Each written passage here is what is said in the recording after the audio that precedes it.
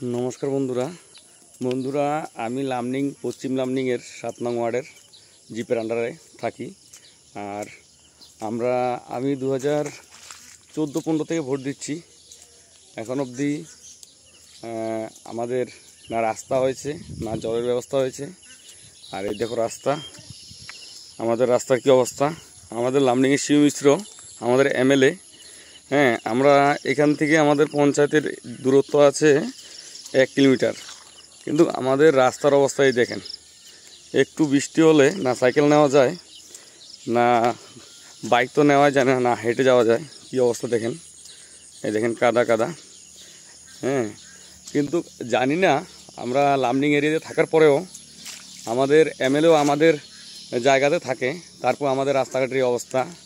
আর লঙ্কা কাকি ওইদিকে আপনি অলি গলি যে কোনো রাস্তাতে যাবেন, ব্লকের রাস্তা। হ্যাঁ, তো সেগুলো আমাদের লামডিংয়ের এমএলএ শিব মিশ্র বানিয়েছে।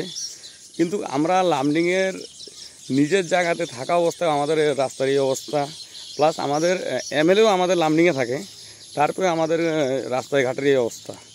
তো আমি এমএলএকে বলবো আমাদের এই রাস্তা দুটো যাতে ভালো করে দেয়। হ্যাঁ, আর এমএলএ এখন তো বলবে যে আমার এখন কাজ শেষ, কিন্তু এই যে 10টা বছর যে আপনি লামডিংয়ের এমএলএ হিসেবে ছিলেন, একদিনও আমাদের এই রাস্তা তো দেখেইনি। কি বলবো, না রাস্তা দেখেছে, না ঘর পেয়েছি আমরা, না কিছু পাইনি।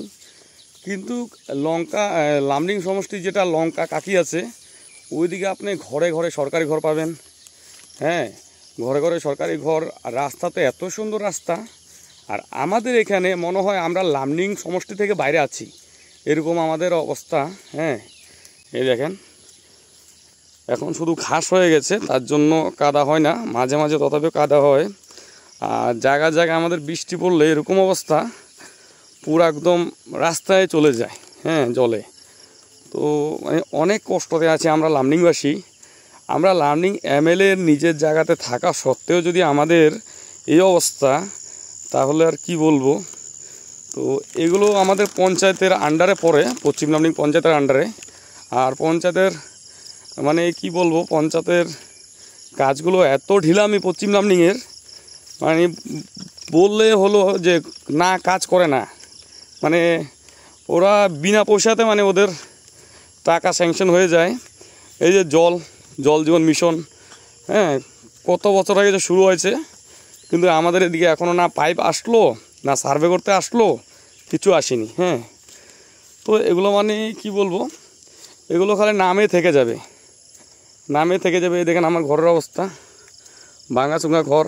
হ্যাঁ, যখন থেকে আমার বুদ্ধি হয়েছে তখন থেকে আমি দেখে যাচ্ছি, আমার বাবা শুধু নামে দিচ্ছে, প্রতি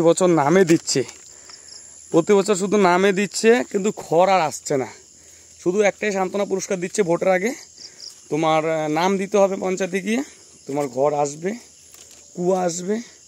এই যে কুয়া দেখতে পাচ্ছ, কি সুন্দরভাবে কুয়া বানানো হয়েছে। হ্যাঁ, এই যে কুয়া, কিন্তু এটা সরকারি না, আমি নিজে বানিয়েছি। এই যে কুয়া, দেখো কুয়ার জলও কত উপরে। এই দেখো, হয়তো মনে হয় 10 থেকে 12 ফুট উপরে জল আছে টিলার মধ্যেও। এই কুয়ার নাম দিতে ভাই মানে এত অবস্থা খারাপ হয়ে গেছে। লাস্টে কি করলাম, টাকা ধার করে জল না হলে তো আর কোনো কাজ করা যায় না, সকাল থেকে রাত্র অবধি টাকা ধার করে কুয়া বানালাম। ওই ঋণ এখনও শোধ করছি। হ্যাঁ, তো কি বলবো, এটাই বলতে চাই, আমরা তো কুয়া পেয়ে গেছি, ঘর তো দিলেন না। তো এখন যদি আমাদের রাস্তাটা যদি একটু ঠিক করে দিতেন, তাহলে আমরা আসা যাওয়াতে অনেক সুবিধা হতো আমাদের। হ্যাঁ, অনেক সুবিধা হতো আমাদের আসা যাওয়াতে। তো এটাই আপনার কাছে অনুরোধ, আপনি যাতে আমাদের একটু মনোযোগ দেন। কারণ আমি দেখলাম নোয়াখালী বাবু ও ভিডিও করলো কয়েকটি, সেদিন দেখলাম যে রাস্তার বিষয়ে ভিডিও করার সাথে সাথে আপনি চলে গেছেন লঙ্কাতে। আর আমাদের লামডিং, এখান থেকে আমাদের দূরত্ব, আমার হাইওয়ের পাশে আমার বাড়ি, এখান থেকে আমার দূরত্ব আপনার বাড়ি মিস্ত্রিপট্টি 3 কিলোমিটার। তো কোনো অসুবিধা নেই, আপনি লঙ্কার দিকে যেতে পারেন। আমাদের এখানে একটু দয়া করে আসেন, আমাদের রাস্তাটা কি অবস্থা, আমরা কি অবস্থায় আছি কাদার মধ্যে, তাহলে অনেক আমরা খুশি হতাম। লামডিংবাসী, পশ্চিম লামডিং 7 নং ওয়ার্ডের আমি বাসিন্দা স্বপন দাস।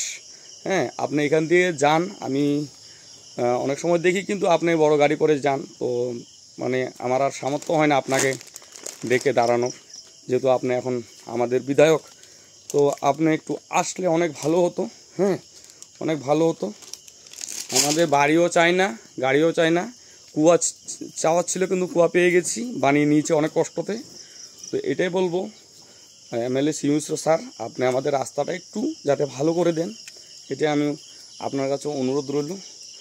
হ্যাঁ, আপনি যদি আমার ভিডিওটা দেখেন, অনুরোধ রইল। আর যদি এমএলএর কাছাকাছি কেউ লোক দেখে, তাহলে আপনি প্লিজ একটু ভিডিওটা শেয়ার করে দিবেন, যাতে ওনার কাছে ভিডিওটা পৌঁছে। ধন্যবাদ।